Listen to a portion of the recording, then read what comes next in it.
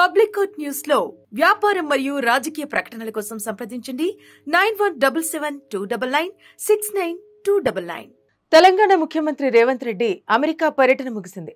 రాష్ట్రానికి పెట్టుబడులు తెచ్చేందుకు దాదాపు 8 రోజులు అక్కడ పర్యటించిన సీఎం ప్రస్తుతం సౌత్ కొరియాకు వెళ్లారు. సౌత్ కొరియాలో కూడా రాష్ట్రానికి ఇన్వెస్ట్మెంట్లు రాబట్టేందుకు పలు కంపెనీలతో భేటీ కానున్నారు. అమెరికా పర్యటనలో ప్రముఖ కంపెనీలతో సీఎం రేవంత్ రెడ్డి బృందం చర్చలు జరిపింది. ఈ టూర్ లో మొత్తం 31,532 కోట్ల రూపాయల పెట్టుబడులను సాధించింది. అమెరికా వేదికగా తెలంగాణను ఫ్యూచర్ స్టేట్ గా ప్రకటించడంతో పాటు హైదరాబాద్ 4.0 సిటీగా అభివృద్ధి చేసేందుకు రాష్ట్ర ప్రభుత్వం ఎంచుకున్న ప్రాజెక్టులకు వివిధ కంపెనీల సహకారాన్ని రాబట్టింది. దాదాపు 19 కంపెనీలు ప్రభుత్వంతో కలిసి పనిచేసేందుకు అవగాహన ఒప్పందాలు చేసుకున్నాయి. దీంతో రాష్ట్రంలో 30,750 కొత్త ఉద్యోగాలు లభించనున్నాయి. ఇక ఆగస్టు 3వ తేదీన అమెరికా పర్యటనకు వెళ్లిన రేవంత్ రెడ్డి అక్కడ దాదాపు 50కి పైగా బిజినెస్ మీటింగ్స్, 3 రౌండ్ మీటింగ్లలో పాల్గొన్నారు. ప్రధానంగా artificial intelligence, pharma and life sciences, electric వాహనాలు, డేటా సెంటర్లు, ఐటీ, ఎలక్ట్రానిక్ రంగాల్లో ప్రభుత్వంతో భాగస్వామ్యం పంచుకునేందుకు కంపెనీలు ఆసక్తి ప్రదర్శించాయి. ఈ పర్యటనలో Cognizant, Charles Schwab,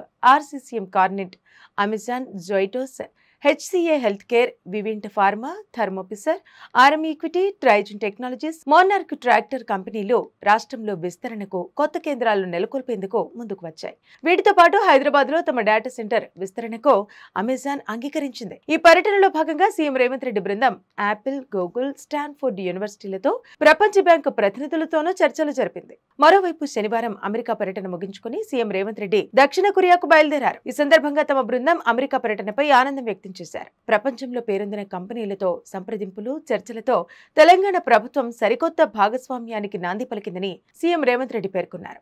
skill university ఏర్పాటు, ఆర్టిఫిషియల్ ఇంటెలిజెన్స్ సిటీ నుంచి ఫ్యూచర్ సిటీ నిర్మించేందుకు తమ ప్రభుత్వం ఎంచుకున్న ప్రణాళికలకు అమెరికాలోని పారిశ్రామికవేత్తల నుంచి భారీ మద్దతు లభించిందని తెలిపారు.